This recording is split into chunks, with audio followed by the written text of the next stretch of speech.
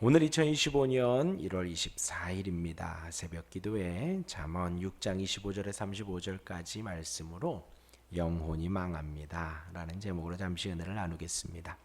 이제 주의 말씀을 잘 지키고 간직하라고 어제 말씀을 드렸습니다. 떠나지 말라 했습니다. 그러는 방법은 들고 다니는 것이 아니라 매일매일 말씀을 읽고 묵상하고 매일매일 통독하고 암송하고 성경을 보는 것입니다. 그것이 말씀을 잘 지키는 것입니다. 떠나지 않는 것입니다. 그리고 교회에서 성경을 배우는 것이지요. 내 마음에 새기는 것은 사랑한다라는 것입니다. 말씀을 더욱더 사랑하는 거예요. 예전에 같이 사무실에 있던 어떤 분이 이제 저는 총각이었는데 갓 아이를 낳은 거예요. 그리고는 이제 출근을 했는데 사무실 모니터에 아기 사진을 이렇게 붙여 놓았더라고요. 그래서 아기 보고 근무 중에 제가 아기 보고 싶으세요? 그랬더니 눈 감아도 생각나도 눈 떠도 생각난다는 거예요. 갓 태어난 아기가. 그게 사랑하는 것이지요. 우리가 말씀을 지키는 것은 날마다 보고 공부하는 것입니다. 내 마음에 두는 것은 그 말씀을 사랑하는 거예요. 사랑하는 거예요. 더욱더 말씀을 사모하고 사랑하는 것, 그리고 목에 매는 것은 드러내는 것이라 말씀을 드렸지요. 많은 사람에게 내가 말씀을 사랑한다고, 내가 하나님을 사랑한다고 드러내는 것을 표현한 것입니다. 그 말씀이 우리의 등불이 됩니다. 어두운 우리의 인생 속에 빛이 되어집니다. 어두운 세상 속에서 우리가 쫓고 살아갈 빛이 되어집니다. 그리고 그것이 생명이라고 하였습니다. 그 말씀이 우리를 지켜주는 거예요. 우리가 한 것이라고는 그냥 아침 저녁 말씀 조금 본 것뿐이지요. 1시간 2시간 말씀 본 것뿐인데 그 말씀이 우리의 삶을, 우리의 하루를, 우리의 인생을 지켜줍니다. 얼마나 감사한지요. 오늘 본문은 구체적으로 그러면 또 반대의 이야기를 하고 있습니다. 무엇으로부터 우리를 지켜주는가? 무엇으로부터? 우리가 무엇을 또 조심해야 하는가? 오늘 말씀이 나와 있습니다. 한 절씩 보도록 합니다. 25절에 내 마음에 그의 아름다움을 탐하지 말며 그 눈꺼풀에 흘리지 말라. 이제 어제 마지막 말씀이 24절이었지요. 24절에 이렇습니다. 이것이 너를 지켜 악한 여인에게 이방 여인의 허여로 호리는 말에 빠지지 않게 하리라. 그러니까 악한 여인과 이방 여인이 지금 우리를 죄로 이끄는 존재라는 것이지요.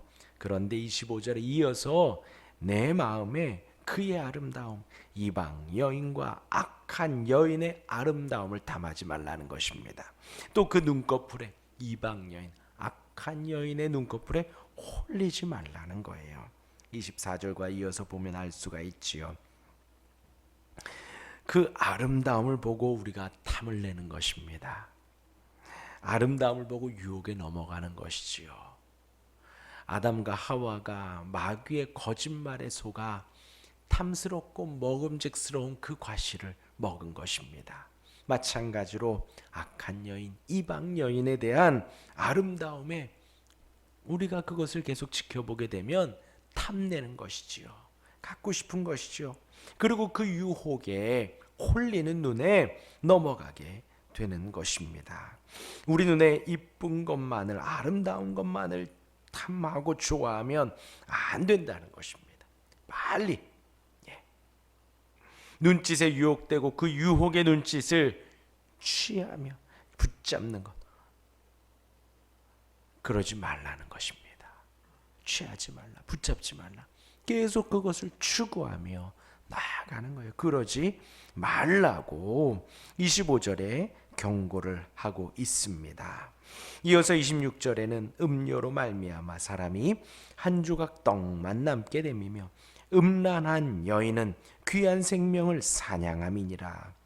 음녀와 음란한 여인이 나오게 되죠. 음녀와 음란한 여인, 우리를 이방인 혹은 우리를 성적으로 유혹하는 음녀와 음란한 여인입니다. 그들이 우리에게 무엇을 하는가? 떡 한 조각만 남게 된다. 모든 재산을 탕진하게 된다는 것입니다. 이제 오늘 이 지금 6장에서의 흐름 속에 음녀와 음란한 여인은 두 가지로 이제 보여지는데, 전체에서요. 문맥의 흐름상 하나는 이제 창기를 말하죠. 이제 대금을 지불하고 이렇게 잠자리를 하는 것. 그리고 또 하나는 유부녀를 말합니다. 유부녀인데 도덕적으로 윤리적으로 옳지 않은 잠자리, 그런 것들을 말을 하는 것입니다. 그런데 그 음녀가 우리에게 무엇을 남겨주는가? 떡 한 조각만 모든 재산을 다 탕진하게 한다는 것입니다. 또한 음란한 여인은 귀한 생명을 사냥합니다.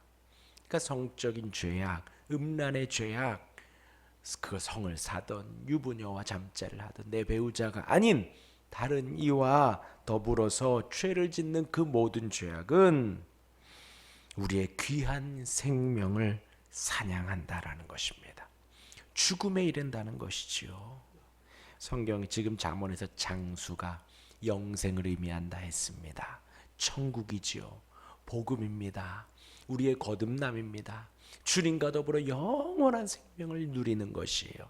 얼마나 기쁘고 감사한가요? 그 반대는요, 지옥이고 사망인 것이죠. 생명을 사냥당하는 것입니다. 그리할 때의 그 결과는 지옥이지요. 영원한 죽음이지요. 영원한 괴로움입니다. 음녀를 조심해야 하고 음란한 여인을 조심하라고 계속해서 말을 합니다. 27절과 8절은 그런 음란함에 살아가는 사람들을 묘사하고 있습니다. 27절에 사람이 불을 품에 품고서야 어찌 그의 옷이 타지 않겠으며, 사람이 숯불을 밟고서야 어찌 그의 발이 되지 않겠는가. 음란하게 살아가는 사람들이 이런 위험에 늘 노출되어 있다는 거예요. 꼭 불을 품고 있는 것처럼 활활 타고 있는데 그 불을 품고 있는 거예요. 그리고 숯불이 막 계속해서 아직도 벌겋게 타오르고 있는데 밟고 있는 그런 위험에 노출되어져 있다라는 것이에요. 이제 이것을 또 어떤 책에서는 이렇게 표현했더라고요. 이거 품을 품는다라는 것이 우리의 성기를 계속해서 불태우는 것이다라는 것이고요. 이제 숯불을 밟고 있다라는 것이 엉덩이로 밟고 있다 해서 성기가 계속해서 이렇게 위험에 처해 있다라는 것을 말하는 것입니다. 그렇게도 표현을 했더라고요. 아무튼 27절과 8절은 그런 음녀와 음란한 여인의 죄악에 대한 것을 묘사한 것입니다. 그리고는 30절과 31절에 갑자기 도둑질 이야기를 합니다. 도둑이 만일 줄일 때에 배를 채우려고 도둑질하면 사람이 그를 멸시하지 아니하려니와 들키면 7배를 갚아야 하리니 심지어 자기 집에 있는 것을 다 내주게 되리라. 그리고는 또 32절이 여인과 간음하는, 이렇게 나오거든요. 30과 31절이 뭐냐면요, 지금 계속해서 음란과 간음, 그것에 대한 악함과 그의 결과에 대해서 말을 하고 있잖아요. 떡 하나만 남게 되고 지옥의 생명을 빼앗기게 되고. 그런데 지금 그 음란함의 죄를, 간음의 죄를 이 도둑질과 비교를 한 것입니다. 도둑질을 할 때에 혹 배고픔을 해소하기 위해서 한 것이라면 그나마 멸시를 받지 않는다라는 것이지요. 그것은 괜찮다라기보다도 다만 멸시를 받지 않고 혹 탈로 나더라도 내가 7배의 배상을 하고 나의 것을 다 내주어서 배상해 주면 된다라는 것이에요. 그러나 32절과 33절에 간음은 어떠한가요? 여인과 간음하는 자는 무지한 자라. 이것을 행하는 자는 뭐라고요? 자기의 영혼을 망하게 하는 것입니다. 단순히 떡 한 조각 남고 내 재산으로 보상해 주는 것이 문제가 아니라 내 영혼을 망하게 하는 것입니다. 또 상함을 얻고 능욕을 받고 부끄러움을 씻을 수 없게 됩니다. 그러지 말라는 것이죠. 그러지 말라는 것이죠.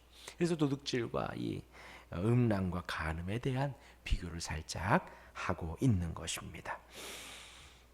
34절과 5절도 마찬가지입니다. 그렇게 계속해서 말을 하며 지금 6장에서 음란과 간음에 대해서 계속해서 경고를 하고 있지요. 뭘까요? 반복과 강조는 매우 중요하다라는 것입니다. 우리가 영혼이 생명을 얻고 영혼이 살아가는 데 있어서 영혼이 망하지 않기 위해서는 무엇을 해야 하는가? 어제도 말씀드린 대로 말씀을 사랑하고 말씀을 읽고 묵상하고 그와 더불어서 우리가 음녀와 이방 여인, 음란한 여인을 우리가 멀리해야 된다라는 것을 말을 하는 것이지요. 조심하라고 말을 하는 것입니다. 조심하라고. 물론 이제 이때 당시에 주변국들은요, 이스라엘 백성들 외 주변국들은 사실 어떤 윤리나 도덕이 없었을 수도 있습니다. 그러한 가운데 하나님이 계속해서 바른 삶의 기준을 제시해 주는 것이지요. 조심하라는 것입니다. 이방인들이 한다고 해서, 이방 여인들이 그렇게 한다고 해서 우리가 같이 하면 안 된다라는 거예요. 성도들에게 조심하라고. 하나님의 사람들이, 아니 온 세상 사람들이 절대 이런 죄를 범하지 말라고. 그것은 영혼이 망하는 길이라는 것입니다. 반대로 살 길은 그 반대로 행하는 것이죠. 말씀을 묵상하고 말씀을 날마다 보고 사랑하고 드러내고 목에 매어 드러내며 강조하는 것입니다. 매우 중요하기 때문이지요. 여러분, 하나님은 온 세상에 한 분이십니다. 온 세상을 만드신 분도 하나님 한 분이시고 지금도 섭리 가운데 주장하시고 인도해 가시는 분도 하나님 한 분뿐입니다. 우리에게 하나님 명하신 것은 그 하나님 한 분만을 섬기라는 거예요. 뭐라고 표현하면서요? 질투하는 하나님이다. 질투를 누가 한다 그랬어요? 배우자만이 질투를 할 수 있어요. 배우자가 아닌 다른 이가 질투하는 것은 사실 이상하게 보입니다. 그렇죠? 저희 이제 교회에 아기들이 많습니다. 제가 어떠한 아이를 안고 있으면 이 아이가 질투해서 또 다가와요. 그런 경우가 아니라면 제가 어떤 여자 집사님과 이야기를 하는데 다른 분이, 내 아내가 아닌 다른 분이 질투를 하는 것은 그것은 이상한 것이지요. 하나님은 한 분이십니다. 우리가 섬기는 하나님은 지금 이 음녀와 이방 여인, 간음에 대한 이야기를 하면서 하나님 한 분만을 섬기는 것, 그것이 너무 중요한 것처럼 우리의 부부 생활도 가정 생활도 너무나 중요하다라는 거예요. 하나님께서 아담에게 하와 한 사람을 허락하신 것처럼 우리에게 부인을 허락하신 분, 한 명만 하나님이 허락하셨다라는 것입니다. 그 외에 다른 이들과의 잠자리와 교감은 하나님이 원치 않으신다라는 거예요. 지금 부부 생활을 우리의 신앙 생활로 승화시킨 것입니다. 우리가 하나님 한 분만을 섬기고 질투하시는 그 하나님을 이 세상 그 무엇보다도 사랑하며 섬기는 것은 우리의 부부의 생활을 빗대어서 설명하신 것입니다. 곧 우리가 이 땅에서 내 배우자가 아닌 다른 이들과 잠자리를 하고 간음하고 음란의 죄를 짓는 것, 하나님 앞에 다른 우상을 섬기며 다른 신을 섬기는 것과 비등비등한 죄라는 거예요. 그만큼 우리가 조심해야 하는 것입니다. 하나님 한 분만을 사랑하고 섬기는 것이 그만큼 중요하다라는 것입니다. 하나님 내게 허락하신 그 배우자만을 같이 허락하신 그 가정 안에서 살아가는 것, 그것이 중요하다라는 것이지요.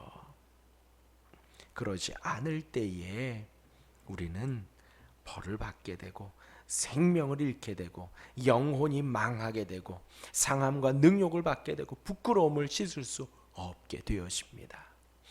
하나님 한 분만을 섬기지 않고 우상을 섬기며 다른 신을 섬길 때에 우리는 영원한 부끄러움 속에, 영원한 괴로움 속에 빠지게 되는 것입니다. 그것이 바로 지옥이라 그랬지요. 이 땅에서 우리가 느낄 수 있는 가장 괴로움과 아픔과 슬픔과 어려움, 지옥은 그것의 100배, 1000배의 고통을 당하는 것입니다. 지금 6장 전체에 계속해서 이야기를 하며 하나님 우리에게 바른 신앙생활을 말해주고 있는 것이지요. 교회는요, 그 하나님을 가르치는 곳입니다. 하나님 한 분만 계시고 하나님 한 분만을 섬기라고. 하나님 한 분만을 섬기며 우리가 가정 안에서도 우리가 하나님 한 분만을 섬기듯이 한 아내와 한 남편만을 섬기는 것, 그것이 중요하다라는 것입니다.